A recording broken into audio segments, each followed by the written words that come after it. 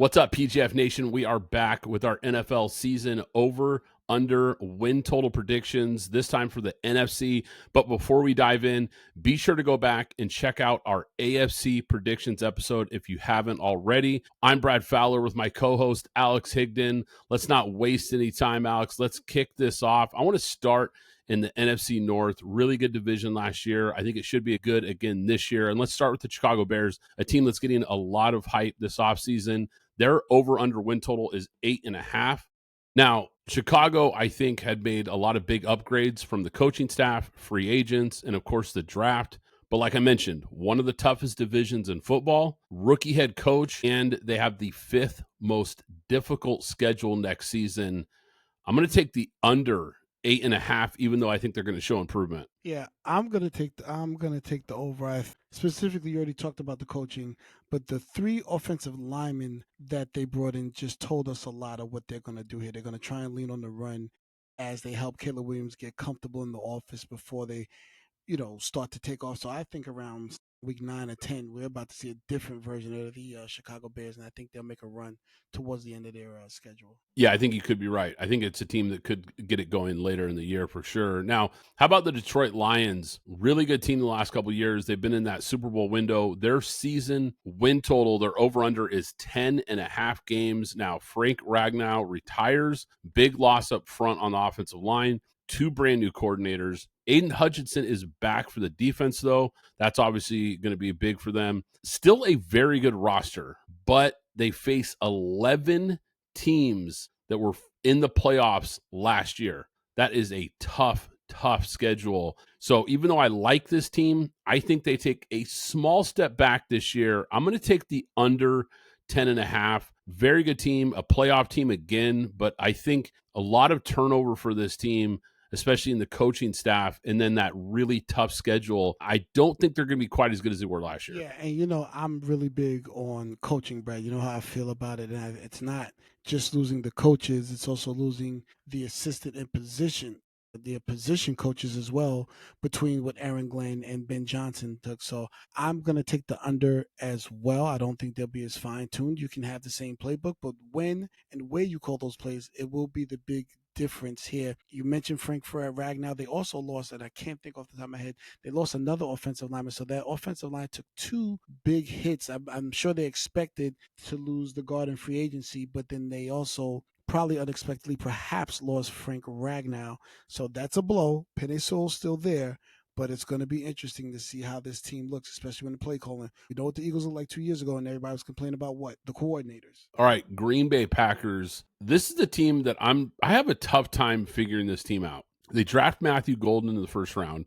We both really like him out of Texas. Very good roster. A lot of good depth on this roster in a lot of different positions. But who's elite? I mean, really, when you look at this, there's no stars on this team really anywhere. It's a lot of B plus guys, not a lot of A plus guys. We have a really good coach. I think the big hole on this team is the secondary. I think that secondary is going to be bad, and that could be a problem for that defense. I think this is a good team. I don't think it's a great team. I'm going to take the under 9.5 wins. I think they're in the playoff conversation, but I don't think they're in the contender conversation. Yeah, they're not in the contender conversation. What's the over under? You said 10.5? 9.5 for the Packers. So yeah, I'm actually gonna take the over there. I'm gonna take the over. I think this is a play that we talked about, a player that I love coming out. A guy I thought is gonna be a monster when he gets on the field. He has an unstoppable motor. Lucas Van Ness is now inserted into the starting lineup. So I love what he's going to be able to bring. You get Quay Walker and Edrin Cooper. They're now a little bit more seasoned, so they're going to explode. We know they lost Jair Alexander, so to your point, in the secondary, there's going to be some issues, but I think their front seven perhaps can help there as well. The offense, I think, will be fine because Matthew Golden is a player. Christian Watson is always hurt. I'm surprised he's still on the team. I think this might be his fifth. I think this is his fifth year, so he'll be gone. And watch out for Savion Williams, their third-round pick, a guy that I think can be sneaky good in terms of what they need to do on the field and little plays that he can take, that he can turn up the field in that West Coast offense and do some things with. So I'm actually going to take the over there. Yeah, that means 10 wins. That's going to be a really good season for them if it happens. The one thing I will say real quick before we move on, we both liked Lucas Van Ness coming out of the draft. but he's been a big disappointment. I mean, he has not looked anything like a top 13 pick, but I've heard some reports from some of the beat writers that cover this team that said he has flashed at training camp. So maybe this is a breakout year for him. So you could be onto something there, and I hope it is. Minnesota Vikings, really fascinating team here. Really, really good team last year. The over-under season win total has dropped, though, 8.5 for the over-under for them. And look, a lot is riding on quarterback J.J. McCarthy. Young quarterback, of course, missed his rookie year, coming off of an injury, really difficult schedule. The NFC North plays a tough schedule this year. And look, this is a team that I think overachieved in 2024. I'm expecting them to come kind of back to earth in 2025, especially with a young quarterback that I think there's some big question marks. Now, look, I like Kevin O'Connell. I think he's a really good offensive mind, and I think he'll find a way to use J.J. McCarthy as far as use his strengths, I should say, and highlight what he's good at. But I still think there's a steep learning curve there and a drop off at that position. I'm going to take the under 8.5. I don't think they're going to be terrible, but I don't think they're going to be a playoff team. Yeah, I am gonna totally agree with you. I like what they did in offseason with free agencies, bringing on the defensive side, bringing in Hargrove, bringing in Jonathan Allen. I think Brian Flores is going to be a big part of why they may be in games, but I'm going to agree with you and take the under. Out of those 5 quarterbacks that got taken in the top 10, he's the one guy that I don't believe in, J.J. McCarthy. I don't think he fits the explosiveness that we've seen from Minnesota going back to Kirk Cousins. I don't think we're going to see those explosive plays that we saw from them. However, that offensive line is very good, so the running game may help out a lot here. Yeah, and I think to your point, this is a great coaching staff, and I think that's why they overachieved last year, and it might be why they're still in the mix this year, but I do think they take a step back. America's team. Let's shift to the NFC East. The Dallas Cowboys. Season over/under win total for Dallas is only 7.5. I'm sure a lot of Cowboys fans feel disrespected right now, but look, I think Vegas has it right. Brian Schottenheimer takes over as the head coach. He was the OC last year, but didn't call plays, which is interesting. Dak Prescott, of course, recovering from a torn hamstring. I think the offensive line is average at best, which I think is a big question mark for them. I think the running back room is weak. I don't trust George Pickens to be a grown-up. They can't run the ball. They can't stop the run. That is a huge issue in the National Football League. Hammer the under 7.5. I think this team is a big disappointment this year. I really want to say break even here. I guess I have to take the over because I think they'll get 8 wins. I've been hearing a lot of Cowboys fans, shout out to that space we share, Brad. A lot of Cowboys fans have been saying 10. But again, that coaching staff, I think the defense would be better with Eberflus. Now, barring what I think is eventually going to happen, because I still don't know how they're going to do it and maintain what they're doing, I still think Micah Parsons gets traded. So if Micah Parsons is still there, then yes, I give them 8 wins. If he leaves or if they trade him, I hammer the under. I don't know. But I will say this, in contrary to what you think, I actually think Javonte Williams is a very good running back. I don't think Miles Sanders makes the team, by the way. But the running back room, I don't think Miles Sanders makes the team. But I like Javonte. I like Javonte Williams. I think he was, as you know, misused in Denver because they don't run because Sean Payton refuses to run the ball. But I think here with the rookie Tyler Booker, that offensive line needs some cohesion. I'm not going to get into Tyler Guyton because go look up our previous podcast about last year's draft and what we thought about Tyler Guyton, or specifically me because I killed him. But I think the running game is actually going to be a lot better. But yeah, you're correct. They still can't stop it. Wow, some hot takes mixed in there with the Dallas Cowboys. They're going to trade Micah. Man, I love it. That's awesome. That would be incredible to see for sure, and to see what kind of market he has and where he could end up. That's fascinating for sure. All right, New York Giants. Look, there's no way around it. This might be the worst team in the NFL. This quarterback room is a mess. You have a washed-up Russell Wilson, a rookie that I, quite frankly, had a third-round grade on that they took in the first round and traded up to get, by the way. Absolutely brutal schedule. Statistically speaking, it's the most difficult schedule in the NFL this season. For a team that's not very good, that spells big-time trouble. They could legit start 0-9. This team is in major, major trouble. They're only favored in one game all season, and that's against the lowly Saints, who we'll talk about later. Their season over/under win total is only 5.5. and I'm actually taking the under, Alex. I think this team legitimately has a shot for the number one pick in the draft. I want everybody in PGF Nation to listen because there's a narrative that me and Brad never disagree. We've disagreed at least 3 times already. You said 5.5? Yeah, 5.5 is the over-under win total. I actually had them at 6, so I guess I got to take the over there. And remember that, and I'm going to tell you exactly why. Solely based on that defense. I think that defense, I know they have a new coordinator, but I think that defense is ready to pop.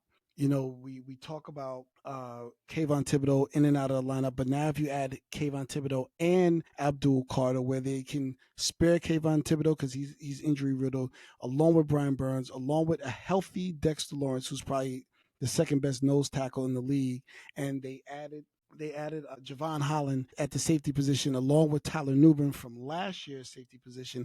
I think that defense is going to keep them in games, and I think Russ is going to be able to do some things. Again, everything is hinged a lot on health. Malik Neighbors, Russ is going to be able to get Malik Neighbors the ball. I'll say that. And I like Tyrone Tracy a lot. I think he came on at the end of the year. The mixture of him, Vince Singletary. So I'm actually going to take the over, but at 6 wins.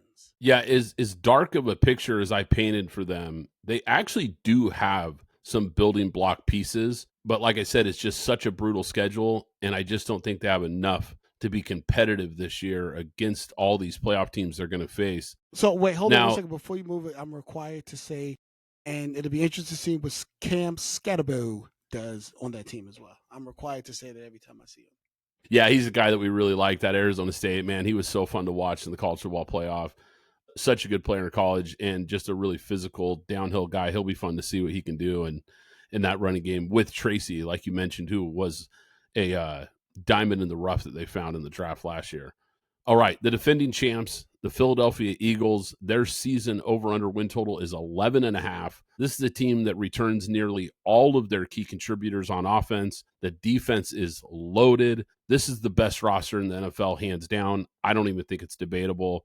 They are so good at every position besides quarterback. Yeah, I said it. Over 11.5 wins for the Eagles. I know that is a big win total, but I think they steamroll this division. And I think in the NFC, there's just not a lot of teams, quite frankly, in the NFL, but in the NFC especially, there's just not a lot of teams that are going to be able to match up with these guys. I think they roll and are probably the number one seed in the NFC once again. Yeah, I can agree there. I'll take the over as well because division, is shaky. So yeah, that they could sweep those guys. So that's 4 wins out the gate already, right?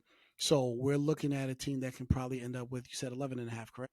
Yeah, so you're looking at a team that can probably get 12 to 13 wins. I don't know if they'll do 14-3 again, but 12 to 13 wins, I can definitely see this team getting.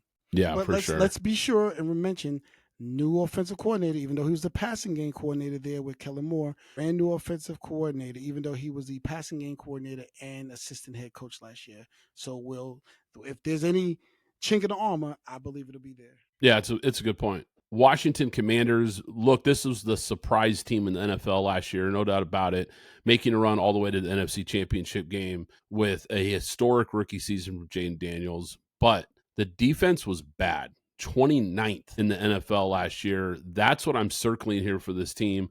I think the offense should be good again. They added Deebo Samuel. They bring over Laramie Tunzel. I really like Josh Connerly, who they drafted. I thought it was a really good draft. I thought they really filled some holes and got some really good players. But once again, this is another team with a tough schedule. Lions, Chargers, Bears, Chiefs, Broncos, all of those teams, they're going to play out of the division. And we just mentioned how good Philadelphia is, so a couple tough games there as well. Their under win total is 9.5. I'm going to take the under. I don't think this is a bad team by any means. I think this is a team that's in the playoff mix again, but I just think with a tough schedule, teams getting some tape on Jaden Daniels year 2, we always talk about that. Does he take a small step back? I could certainly see that, similar to what we saw with CJ Stroud in year 2. Good team. I don't see an NFC Championship run again in them this year. So I'm going to take the under. Yeah, and we'll start on the defensive side. I think that was one of the things they needed to address, specifically pass rusher. Let's just call it what it is, specifically pass rusher. We know, I just mentioned Micah. We know what Trey Hendrickson decided to show up to camp. So there's that. They're still lacking the pass rusher. They did solidify the offensive line. Larry Tunsil is a stud left tackle with a rookie, with your franchise quarterback, if you want to see him that way. But I will go to exactly what you said, and I've been talking about it all summer long. When teams get tape on you, now it's up to the offensive coordinator. And Cliff Kingsbury, we saw what happened in Arizona. Perhaps the Tiger has changed his stripes. We'll have to wait and see. But now there's tape. So now we're going to see what you're going to do. And we talked about bringing Debo in. That's nice. Does anybody know the last time Debo's been healthy enough to get through a full season? Sometimes he can't even get through games, even if he starts them. So we'll have to wait and see. And oh, by the way, Terry McLaurin still is not happy with whatever's going on with his contract. So he's not even in training camp per se. He's there, but not on the field. Yeah, it's definitely an interesting team, and I think you're right. Cliff Kingsbury is a guy that usually he fades in the second half of seasons. That didn't happen last year, but I think you're right. There's something you've said about getting the tape on a guy, and they also had a lot of close wins last year. Usually when that happens, teams tend to kind of take a step back towards the mean the next year. And let's also remember, they didn't improve that running game. We know what Jaden Daniels is, but they did not improve that running game. That was a big thing in the draft that I thought with all the running backs that we talked about, Brad, they didn't get any. Yeah, it's a good point. Now, let's shift to the NFC West. Arizona Cardinals. Alex, hold my beer. The defense was terrible last year, near the very bottom of the NFL, and they're going to rely on a bunch of first-year players this year on that side of the ball. I don't think it's a stretch to say I think this is a make-or-break year for Kyler Murray. And this is a guy who's never shown he could be a franchise quarterback. Quite frankly, he's never improved since his rookie year. Just go look at his stats. He's the same guy he was when he came out of college, only one playoff appearance, and he got blown out. The Cardinals have finished third or fourth in their division every single year he's been the starter except once. The over-under is 8.5. Give me the under. And here's a hot take. Kyler gets traded next offseason. Well, the hot take is interesting. What would be the number one thing I want to know is who's the team that bites on that with that contract still. So that'll be interesting. But yeah, I have to agree with you on Kyler Murray. I've not necessarily been high on the Cardinals. I just think I like their coaching. I like what they've been able to do, but it's just simply rush Kyler Murray. Whatever side Marvin Harrison is on, rush from that side and push him to the other way and take Marvin Harrison out. It's too easy to defend. We've said it a million times. If this kid is 5'11", 6 feet tall, we're probably having a different discussion about what his projection truly is in the NFL because he has all the tools. It's really due to him being short. Other stuff aside, Grand Theft Auto aside or Call of Duty aside, and then the defense. I think the defense actually be improved. Will be improved under Jonathan Gannon. I like that. We'll finally, hopefully, get to see what Darius Robertson can do. He was I don't want to say a sleeper, but an under the radar pick that people weren't really looking at a lot. So we'll get to see what he does this year. I like Denzel Burke. I like drafting Will Johnson. I like what they did the previous year. Max Melton, Buda Baker's. Well, actually, should be free Buda Baker at this point. He should be asking for a trade. It's time for him to go for his sake. But yeah, I think the defense will be better, so they may keep him in some games. What's the over under again? Over under is 8.5. Yeah, I think they'll only get 7 wins here.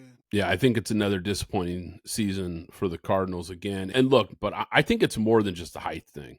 I really do. I know he's undersized and that doesn't help, but I think this guy lacks leadership. I think he lacks maturity. I think he lacks work ethic. And look, those are important qualities for a franchise quarterback. I'm not sure he has any of those things. So talent aside, if you just put the talent aside, you still have to have those other things if you really want to develop. Because look, there's a guy in Philadelphia that doesn't have half as much talent as this guy, but he checks all those other boxes: leadership, toughness, poise, the tenacity, the will to win, clutch, all those things that he has make up for a lot of the lack of talent that he has as a passer. So there's a lot to be said. It's a lot more than just talent, because if it was just talent alone, Trevor Lawrence might be the best quarterback in the NFL, and clearly he hasn't been. So we know it takes a lot more than talent to be a great quarterback in this league. Let's shift to the LA Rams. Season over-under win total for them is 9.5. This was the 10th ranked offense last year. I really like this young defense, especially up front in that front seven. I think the secondary has been an issue. I'm not sure it's going to be a whole lot better this year. So the front seven is going to have to get after quarterbacks to kind of help them along. Stafford is a question mark, though. As good as this guy has been, he's already starting to show some signs of injury at training camp. That's a big concern for me. We know he's getting older. So this team is really interesting because I think it really is going to hinge on Stafford and his health. And I think the health is key for him. And if his age kind of catches up to him this year, and I think it might, because I really don't like that we're this early into training camp and we're already starting to hear signs of that. I'm going to take the under 9.5. Like I said, I love the coach. I like the roster. There's a lot to like for the Rams. And if he's healthy, I love the over. But I just don't know.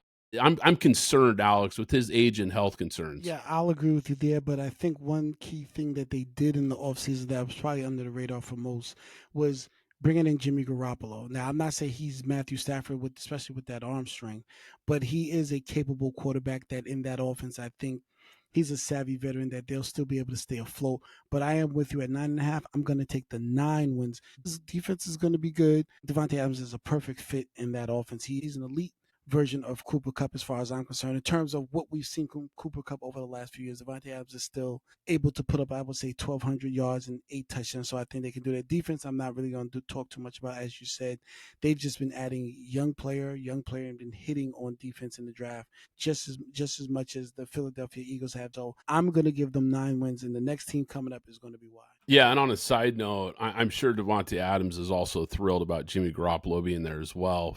For all you guys that watch the Netflix wide receiver documentary, you know what I'm talking about. San Francisco 49ers season over under win total is 10.5. Robert Saleh might be the biggest offseason addition in the NFL. I think this was a huge, huge move getting him back in San Francisco because the defense had really taken a step back the last couple of years. Look, he might not have been a great coach in New York, but this guy is a great defensive coordinator, and he's familiar with Shanahan. He's familiar with a lot of these players and the system they like to run. So I expect the defense to really bounce back big on that side of the ball. I think Trent Williams and Christian McCaffrey, because of their age and injury history, these guys need to stay healthy. So just like I mentioned with Matt Stafford, those two players really stand out for me because when those guys are healthy and playing at a high level, this is a different football team. If that can happen, I think it could really help this team become a contender again in the NFC. Here's the other thing about the Niners, though.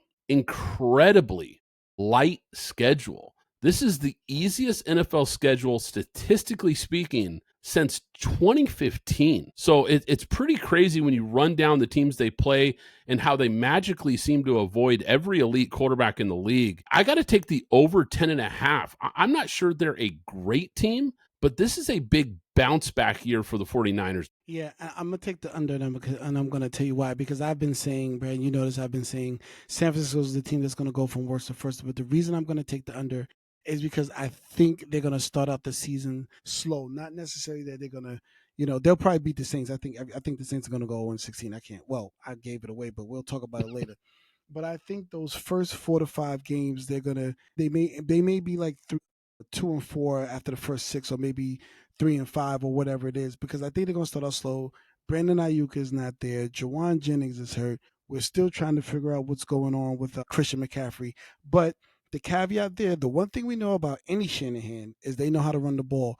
Isaac Guerrero, that is a fantasy alert. If you draft Christian McCaffrey, what do they always say? You better tie him to Isaac Guerrero. And James Jordan out of Oregon, right? Yeah.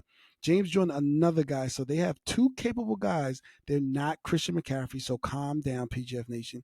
But the 2 capable guys that can come in there and get the run game going. Let's remember when Christian McCaffrey got hurt and Jordan Mason took over, for the weeks that he was a starter, he was the leading rusher in the league. So they know how to run the ball, and they're going to do a lot of it because Ayuk is not going to be there. We'll have to see about Jawan Jennings. Other than that, it's DeMarcus Robinson and George Kittle. But to your point, the addition of Robert Saleh should be interesting. That secondary is still a mess back there. One of our friends, Malik Mustafa's nephew, is also hurt, who was coming on. He's on the PUP list right now, so we'll have to wait. So I think they'll start out slow, but then when they get to that towards the end of the season, that's when they'll start to make their run, because I think everybody will be healthy. All right, Seattle Seahawks season over under win total is 7.5. Last year, the defense played really well down the stretch. It really started to click. That side of the ball started playing well. Geno Smith and DK Metcalf are out. Sam Darnold and Cooper Kupp are in. Now, Cooper Kupp is great if healthy and in a McVay system. So now he's not in that McVay system, and he has had some health issues here late in his career. So that's a big question mark for me. If he's healthy, we know what he's capable of, but there's some concerns that he's going to be able to play at that kind of level. Sam Darnold is a guy who was really good in a Kevin O'Connell system. Neither one of those guys have those things anymore. I think this team takes a big step back. I don't think this is a very competitive football team. I'm going to take the under 7.5 wins. I don't believe in Darnold, especially with the lack of weapons that they have there. Like I mentioned, Cooper Kupp is a really good player, but if he's healthy, I don't know about the offensive play calling. And I just think they losing some key guys on this team. I didn't think they had a great offseason.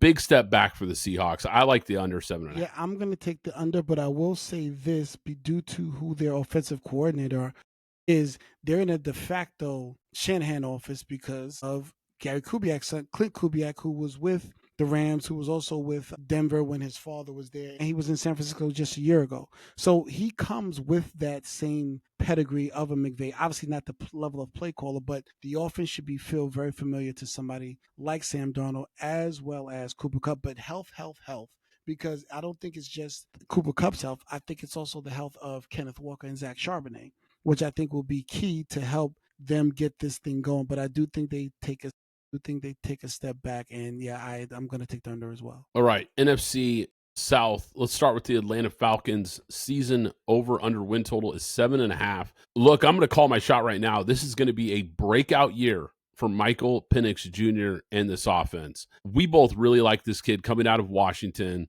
He flashed late last year when he got a handful of starts, and I think he builds off of that. I think they've got the weapons in place for him to succeed right out of the gate. If Jalen Walker and James Pierce, the two rookies that they drafted, if they can just upgrade the pass rush, watch out for Atlanta. I like this coach. I like this staff. I like a lot of the pieces they have in place. This is a team that I think can legitimately make a run for the NFC South title.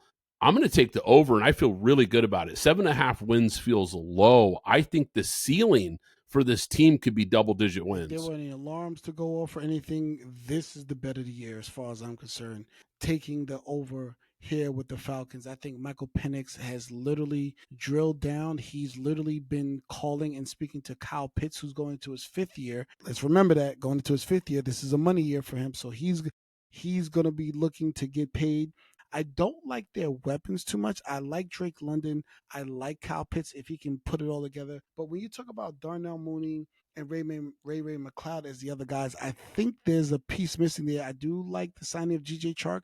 Health comes up again because that guy can streak down the field while Drake London cleans up everything under that. I would also add to your point, Jalen Walker, James Pierce. Let's also talk about Leonard Floyd. They got rid of Grady Jarrett and they doubled and tripled down on pass rushers, bringing in Lloyd, drafting Walker, and as well as Pierce. That secondary should look good with Bates still back there, AJ Terrell back there, who's probably a top 5, top 10 corner, depending on where you want to put him. So it should be interesting on how they pull everything together. But Michael Penix, fantasy alert. I'll just say that. Before we move on, I think you forgot maybe their best weapon, though. Bijan Robinson. Yeah, obviously. Yeah. You want to talk about a really, really good young running back and a guy who can catch out of the backfield and serve as an outlet for this young quarterback. I think we're both in agreement here. Yeah. We really like the over here Absolutely. For the Atlanta Falcons. Carolina Panthers season over under win total is 6.5. Now, Bryce Young, for you guys that might not have been paying attention to the Carolina Panthers late in the year, I get it. But this guy took a big step forward from week 8 on. He actually had, Alex, the most big-time throws in the NFL during that stretch. Pretty impressive stuff. He really started to click for this guy. Carolina, now look, on the other side of the ball, they actually had the worst defense in the NFL last season. So that's going to be a problem. But this is a team that invested heavily on the defensive side this offseason. So as bad as it were, I do expect them to improve. I don't think they're going to be the 85 Bears, but I think they'll be all right. Give me the over 6.5, Alex. I think this is a team that might be all right, especially if Bryce Young can continue that momentum and that offense can continue to click. They could be a team that's competitive and maybe gets to 7 wins. Yeah, I think it will be a bit of a struggle But so to be contrarian for the point, I'll take the under. But I think they're going to be one of those teams that are in every single game, and we'll be talking about them next year that they're ready to pop. Right? Remember Detroit? Everybody remembers Detroit lost like every single game by less than a touchdown, and then that next year they popped and became something. To your point about Bryce Young, I look for sneaky fantasy pick in Bryce Young because you talked about the big plays, and what did they do? What did they go and add in the first round? They added another big time weapon for him in Tet McMillan to go with Xavier Leggett, to go with Adam Thielen. And Jimmy Horn is the guy I talked about. I think he's going to be able to get on the field in that slot because Adam Thielen is not going to be playing a lot of snaps. So I think you're going to see him on the field in the slot. And I think he's going to do some good things. A kid that I'm truly and really rooting for. The defense, I think it's just a wait and see. We'll just have to see. Well, they can't get any worse. We know that. So I'm a little surprised, Alex.